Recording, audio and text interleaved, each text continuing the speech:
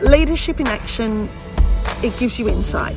I just thought, oh, maybe it was just another one of those leadership things that you go through the cycles and the PowerPoints, and you kind of come away going, oh, yeah, I've learnt some stuff. It wasn't so rigid, and it allowed you to sort of, use your experiences in terms of how you learn with that theory. What I was when I came into the course is completely different to what I am coming out of the course. What I had to do to get the most out of this was to get comfortable with being uncomfortable, because that's where growth happens. You learn specific skills in them. You really learn, identifying how to manage a team, identifying what sort of manager you are. It's so skills-based, so you can take all of that on board. The coaching is so personal, and so let's look at who you are and what you can achieve, and it is so uplifting and insightful. I've been able to transform myself as a person and a leader, which is so exciting. Definitely the training was a transformational way of learning about leadership, which is what best practice talks about. The program's really allowed me to evaluate myself as a leader and as a person, at home and at work. What I got most from the course was identifying my values. Identifying them then really helped me decide what I wanted to achieve, what I thought was a good outcome for my teams, what I would advocate, what I would fight for. The things I do are probably geared towards my values, and now realising it can shape my planning of things rather than my reaction to things. If you're leading with your values, people pick up on those cues, and that's what gets things moving. When people can believe in what you're saying because you have so much passion about it. The values kind of confused me a little bit to start with, but now that I've been, I think, through this program and looking at being vulnerable and looking at being deeper within myself, it's sort of opened up, I guess, things inside me that I hadn't seen before. I've been able to put, the values that I believe in, integrity, honesty, teamwork, all of those into every piece of work that I generate. And so I believe that I've been able to have this ripple effect with my immediate team.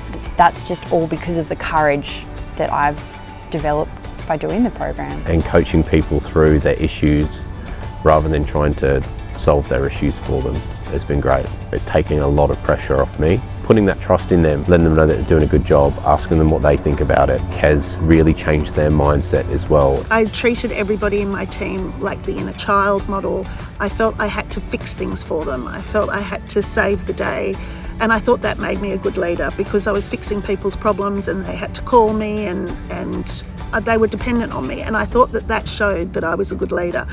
But the course showed me that isn't getting the best of your team. You have to mentor them, you have to help them grow, and fixing things and solving things all the time isn't bringing out the best with everyone. It's allowed me to almost take a step back a little bit and help my team members realise that they're capable and allowed to think for themselves. It shows you how you not just learn how to coach other people, but teach people to coach further on down the track. The courage that I've developed from the program has, I think I've been able to use it every single day that I show up for work. I think if your team can see that you're a confident leader, they're going to be more likely to have trust in you and your ability to actually lead. Going through the coaching, it's helped me a lot, because I now don't have any problems with performance managing friends. One of the guys said, "How was your course today?" I said, "It was good." So then he goes, "Okay, well, what's the 3 key leadership skills you need?" And I sort of said, "It's not necessarily skills, it's about," and it's really just, for me, it's just one thing, it's trust. It's two-way trust. Lucky enough for me, this came at the start of my journey as a leader. It's not, I wouldn't say it's second nature yet. I still realise I am using the tools that I was taught, but it's very quick thoughts to, before I react.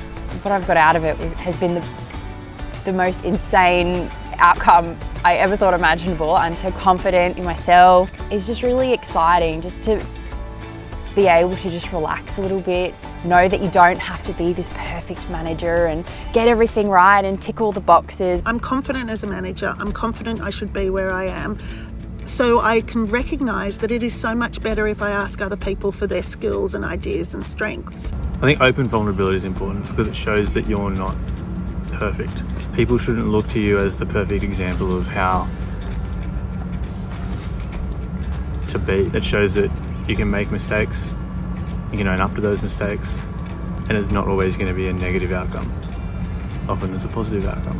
When you have the time to be able to do the training days and then follow it up with the coaching, that reinforces all the learning and the experience that you've got, and it just builds on the blocks. There's no way that you can dive right into who you are as a person and take a look around with a flashlight. You can't do that on a 1-2 day thing. We're all managers, we're all our own little community now, and we can all lean on each other for help. And in times of sadness, we all back each other up. So I think that's one of the biggest things I got out was some collegiality. I had to put it in there.